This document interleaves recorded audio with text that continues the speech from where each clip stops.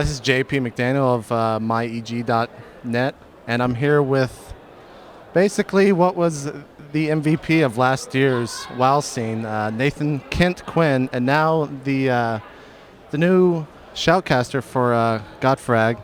So, what's it like shoutcasting? How do you think you're gonna do? Well, haven't done it yet, but I think it's going to be good. We've had a lot of fun practicing and stuff, and I'm looking forward to it. So, this isn't your first MLG, but what's it like being behind the scenes, seeing a little bit more than you can if you're just probably the general admission type person? Uh, I mean, it's okay.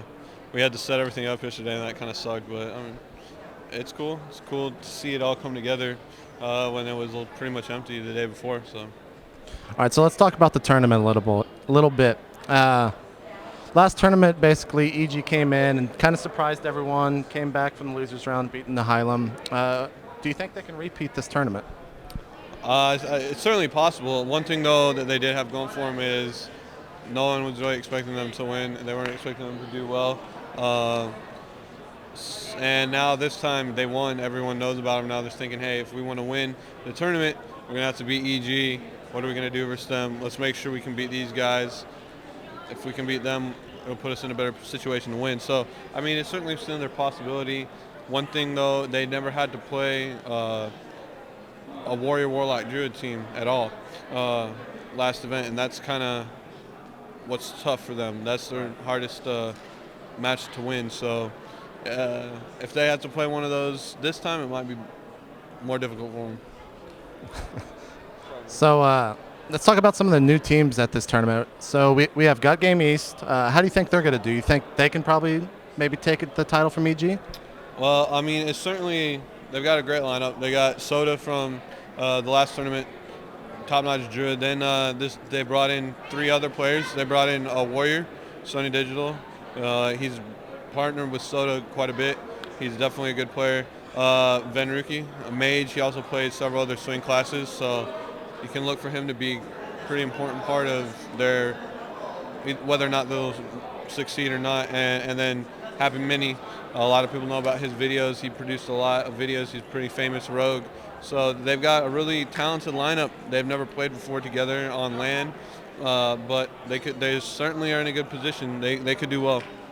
So your previous team, Pandemic, pretty much, I guess you could say they pretty much failed in San Diego. This time around, however, they picked up the Druid, which everyone, I guess, would pretty much say they need. Do you think Teeb can maybe help the team out and maybe give them the first tournament win of this year? Yeah, I mean, not having a Druid when you're running Warrior-based comps really sucks. And, I mean, Dowja was trying to play a Druid, but when it's not your main class, it's not as good as the competition, so it's really tough to go out there and beat teams of similar makeups as yourself when you're playing an alternate class. Teeb's definitely a good player.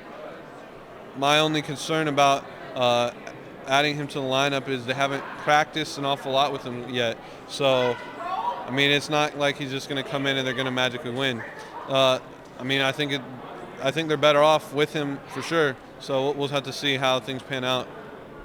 So some local teams coming. Everyone pretty much knows the Super Gosus for basically surprising people every time they play. If they do actually attend, do you think they'd be the ones to actually take this tournament?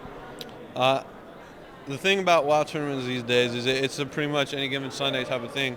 I mean, there's so many teams capable of winning this event. The Super Gosus, they're a great team. Veeks is a really competitive, smart player and a good leader, and it seems like he's always upsetting someone, winning something with his team. They were pretty active TR1.